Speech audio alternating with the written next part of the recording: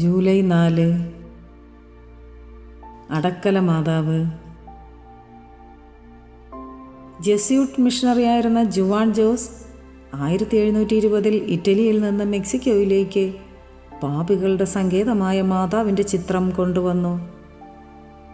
പരിശുദ്ധ കന്യക സ്വപ്നത്തിൽ അദ്ദേഹത്തിന് ദർശനം നൽകുകയും തൻ്റെ ചിത്രം പ്രചരിപ്പിക്കാൻ ഫ്രാൻസിസ്കൻ സഭാംഗങ്ങളെ ചുമതലപ്പെടുത്തണമെന്ന് നിർദ്ദേശിക്കുകയും ചെയ്തു. ഇതനുസരിച്ച് 150ഓളം പകർപ്പുകൾ പ്രചരിപ്പിക്കുകയുണ്ടായി.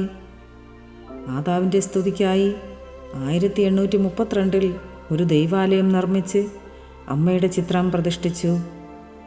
1717 ജൂലൈ 4 മാതാവിൻ്റെ കിരീടധാരണം നടത്തിയതിനെ അനുസ്മരിച്ചുകൊണ്ട് മെക്സിക്കോയിലെ പല പട്ടണങ്ങളിലും മാതാവിൻ്റെ തിരുനാൾ ആഘോഷിച്ചു വരുന്നു.